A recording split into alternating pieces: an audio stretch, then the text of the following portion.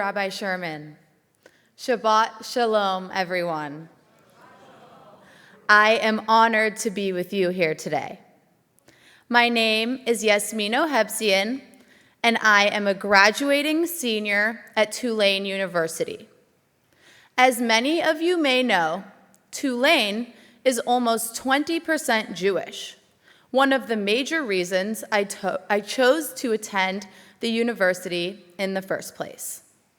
When I arrived at school, I immediately became active in the Jewish community and was invited to join Chabad's board a few months into my freshman year. Even then, anti-Semitism on campus was felt by many. And about a year before October 7th, I became compelled to do something about it.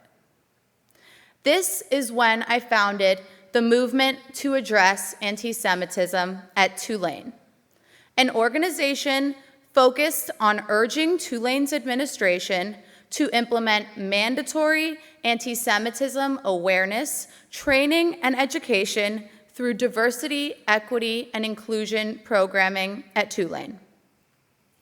It is upsetting to see Jewish students so deliberately excluded from the DEI space, a space on campus that exists to promote education and ensure fairness. Nonetheless, I hoped to turn the tide of DEI and transform the ideals of diversity, equity, and inclusion into realities. I could not have expected at the time what would come on and after October 7th. Since Hamas's attack, anti-Semitism in America has surged by an alarming 337%. And college campuses have become hubs of Jew hatred and discrimination. Jewish students face not only ideological challenges, but physical threats for merely expressing their identity. And the large Jewish population at Tulane has become a major target of this hatred. The problem is not that Jewish students don't want to discuss Middle East politics or hear criticism of Israel. The problem is that Jewish students don't want to be beaten on campus for being Jewish, or forced to take down Israeli flags in their dorm rooms, or continually receive death threats, or hear genocidal chants and praise of Hamas on their way to class. This climate of fear and hostility hinders our education and our safety, urging us to demand more responsive university administrations.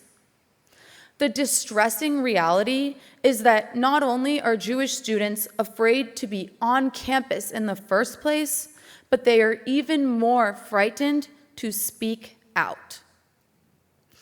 In the midst of all of the hostility and hatred I have experienced, I continued my work, expanding the mission of my movement to fight for protections of Jewish students on campus more broadly.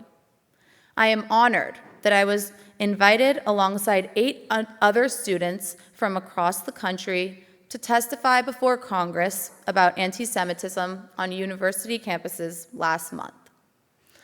As I mentioned, though, anti-Semitism is not a new phenomenon. We all know the incredible story of Purim, and there are many parallels between what Jewish people faced then and what we are facing now. One aspect of the story really stands out to me. When Queen Esther hears about Haman's decree to kill the Jews of Shushan, we all remember Queen Esther's heroism.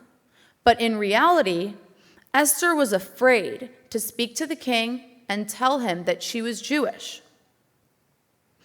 This detail of the story is impactful because I think many of us, myself included, have felt intimidated to be an outspoken Jew in the midst of the tumult and hatred that we are experiencing as a people.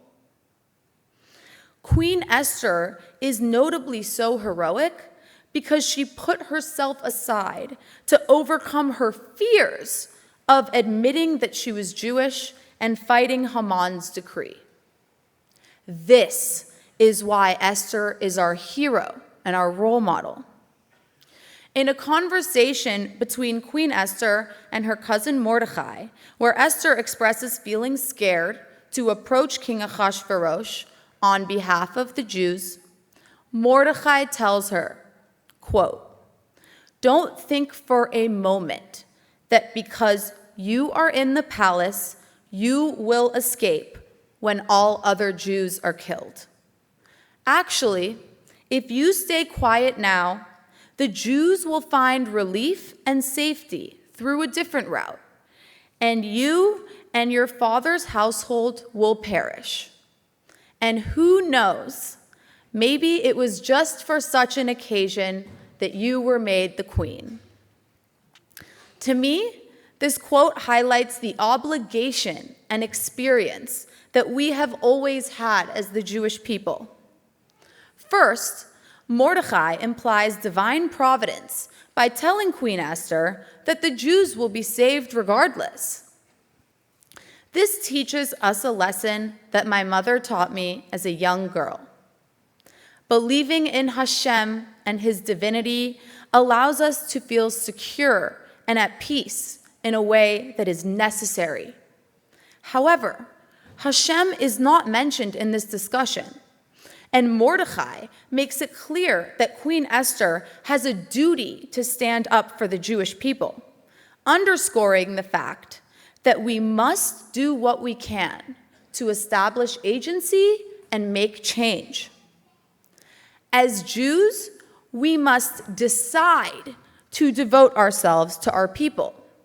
For me, this means my decision to speak out about the anti-Semitism that students experience on campus on a daily basis. This has been a difficult experience. I have lost friends. At times, I have felt very alone. Even some of my Jewish friends refused to support me and even began to resent me for being outspoken. But eventually, many of them came around. They came around because they realized that deep down, they know that this is our duty.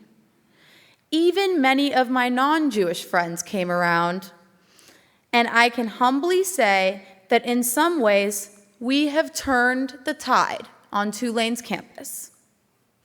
In coming together with fellow student leaders on campuses across the country, I hope that we are beginning to turn the tide nationally. This only happens if we all speak up as Queen Esther did, with bravery, pride, and a belief that Hashem is protecting us. As we observe Shabbat and celebrate Purim, let's reflect on how each and every one of us can uniquely contribute to our community, emulating Esther and Mordecai's bravery. Think about what you are currently doing for our Jewish community and how you can step up even more. We must remember that we are not Jews who live in fear. We carry the legacy of millions of resilient Jews who have spoken out courageously in the most terrifying times. As Jews, we must prioritize and love our Jewish identities. As Jews, we must do the uncomfortable for the sake of who we are, Am Yisrael, the people of Israel. So speak up, educate your friends and your neighbors, show up for your Jewish community, and help support it in any way that you possibly can.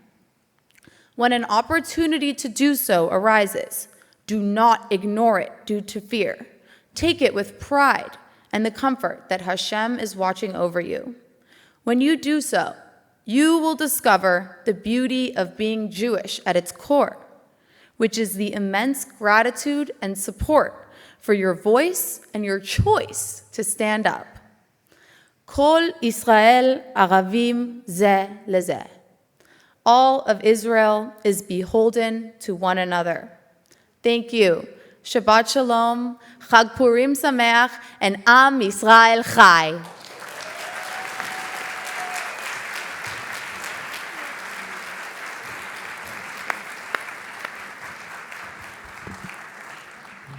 Yasmeen is one, but she represents so many other young people just like her on our college campuses around. And as I said before, we are so proud that she is of Sinai Temple, for Sinai Temple.